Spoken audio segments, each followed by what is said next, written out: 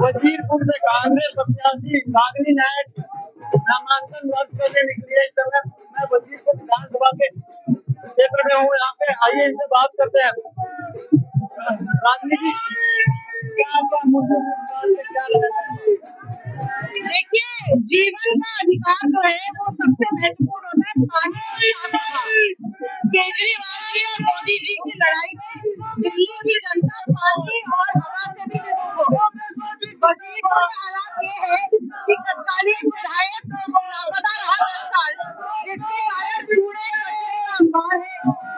पानी की बहुत भारी किल्लत है, पीने के लिए साफ पानी नहीं है और प्रदूषण इतना ज्यादा है कि बस 5 क्षेत्रों में हमारा वजीरपुर का क्षेत्र आता है।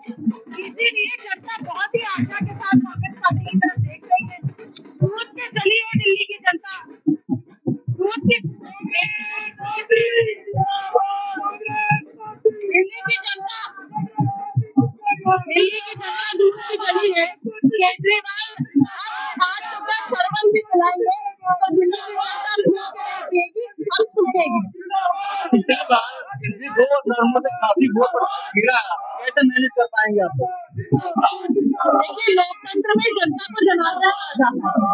जनता जब मन बना ले तो सर पर बैठा सकती है और वही जनता आधे मुंह धोबी बनवा के 2013 में केजरीवाल जी की जब 28 सीटें आई, उन्हें 70 विधानसभाओं के नाम नहीं पता और वही जनता इस बार उन्हें दरवाजा दिखाने के लिए तैयार बैठी है।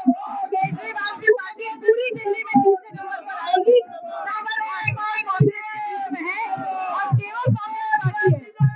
राहुल गांधी है तो किसान भाजपा की आंखों में आंखें डालकर चुनौती देते हैं और केवल कांग्रेस पार्टी है तो भाजपा के नाम को लेकर राहुल गांधी यूपी का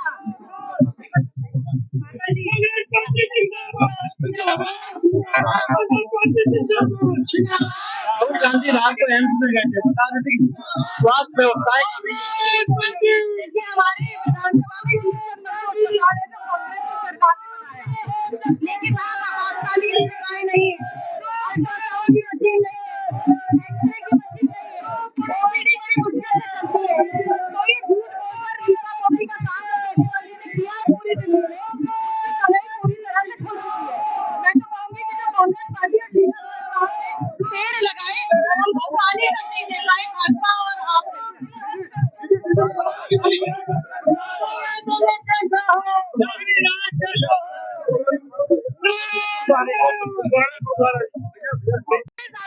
किल्लत है, सबसे ज्यादा दूषित है ये दोनों चीजें।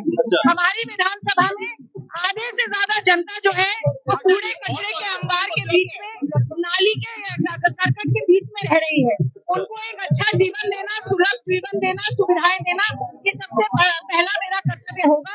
मुझे ऐसा लगता है कि आम आदमी पार्टी ने उसी विधायक को जिसने इस क्षेत्र का 10 साल में बंटाधार किया, टिकट देकर अपने पैर खुद कुल्हाड़ी पर मारे और इसी तरीके से भाजपा ने भी उसी पार्षद को जिसने वजीरपुर इंडस्ट्रियल एरिया को नाली और कचरे के ढेर में बदल दिया, टिकट देकर अपने पैर कुल्हाड़ी में मारे हैं। कांग्रेस पार्टी की तरफ वजीरपुर की जनता बहुत आशा और उम्मीद से देख रही है।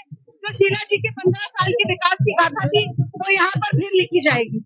मैम, प्यारी दीदी आपकी योजनाएं जो निकाली है, सिलेंडर और बहुत सारी योजनाएं, राशन का कितना फायदा होने वाला है इससे?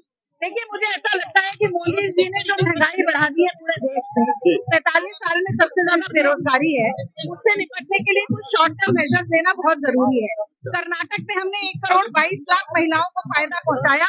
जब से हमारी सरकार बनी 2000 रुपया महीना इतनी महिलाओं को मिल रहा है और इसीलिए जनता जब हम कोई वादा करते हैं तो वो ये मानती है कि हम उस वादे को पूरा करने जा रहे हैं।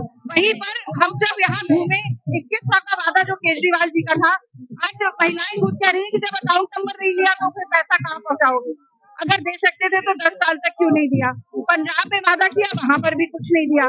तो मैं समझती हूँ इनकी कलई, इनकी पोल केजरीवाल जी की खुल चुकी है, इन पर कोई विश्वास नहीं। आम आदमी पार्टी कहती है कि कांग्रेस कहाँ से दे पाएगी पैसा ये? जैसे हमने सारे प्रदेशों में दिया वैसे यहाँ भी देंगे। जैसे शीला जी देती थी सारी पेंशन, चाहे विधवाओं की हो, वृद्ध की हो, राशन कार्ड में हमारे समय पे तो हम तेल, चीनी और दालें भी दिया करते थे। हम सिलेंडर भी 400 रुपए का दिया करते थे। और ये इन लोगों ने तो शीश महल बनाने में सारा पैसा लगा दिया, विधायकों की तनख्वाह 4 गुना करने में सारा पैसा लगा दिया। और तो इनके पास पैसा अपने गाल बजाने और पब्लिसिटी और अखबार में इश्तेहार देने में सारा दिल्ली का पैसा खर्च कर दिया। और जितने वादे किए उनमें से कुछ भी पूरा नहीं किया। ना तो बिजली मुफ्त है, ना पानी मिल रहा है। यहाँ गरीब आदमी रोज 30 रुपए का पानी खरीद के पी रहा है, यानी 900 रुपए लीटर पानी रोज खरीद के पिया जाता है। महीने भर में खरीद के पिया जाता है। तो मुफ्त कुछ नहीं है, केवल जनता की आंखों में धूल झोंकने का काम होता है। मैनिफेस्टो में लगभग बीजेपी ने भी सेम घोषणाएं करी है, क्या लगता है आपको? देखिए, भारतीय जनता पार्टी का जो घोषणा पत्र है वो जुमला पत्र है, ठीक है। और उनका केवल एक नैरेटिव है, वो है सांप्रदायिकता, जो वो हर चुनाव में चलाते हैं। अभी थोड़ी देर बाद योगी जी आएंगे और यहाँ पर फिर कटेंगे बटेंगे शुरू होने वाला है। मोदी जी आए थे आपकी विधानसभा? हाँ, मैं वो भी बता रही हूँ। लेकिन बात यह है कि 25 साल से अगर भारतीय जनता पार्टी को बाहर रखा है तो इसका मतलब ये है कि दिल्ली की जो जनता है उसको ये सांप्रदायिक नैरेटिव नहीं चाहिए। वो विकास चाहती है भाईचारे की नींव पर। मोदी जी हमारे यहाँ आए, उन्होंने कहा मैं तो अज्ञातवास में आ रहा हूँ इस विधानसभा में। तो मैं तो ये पूछती हूँ कि इस विधानसभा का एक बार कर्ज उतारने आते देखते तो सही क्या हाल है। अभी हम जे कॉलोनी में जा रहे हैं, वहाँ की आप जरा फुटेज लीजिएगा और देखिएगा कैसे नारकीय जीवन में यहाँ के लोग रह रहे हैं, कितनी गंदगी के बीच में। नशा स्मैक नौजवानों के लिए लत बनती जा रही है। और सबसे बड़ी बात, जिन फ्लैट्स का लोकार्पण करके गए उनका शिलान्यास करने का काम कांग्रेस पार्टी ने किया था 2009 में। संदीप दीक्षित जी ने, अजय माकन जी ने और यहाँ के हमारे विधायक साथ चल रहे हैं हरिशंकर गुप्ता जी। महत्वपूर्ण बात यह है कि मोदी जी अपनी एड़ियां उछाल के समझते हैं उनका कद बढ़ जाएगा। ऐसा नहीं होता है। अपनी लकीर खुद लंबी कीजिए, दूसरों की मिटाना बंद कीजिए। किससे टक्कर लग रहा है, आम आदमी से या बीजेपी से? आम आदमी पार्टी यहाँ तीसरे नंबर पर आएगी।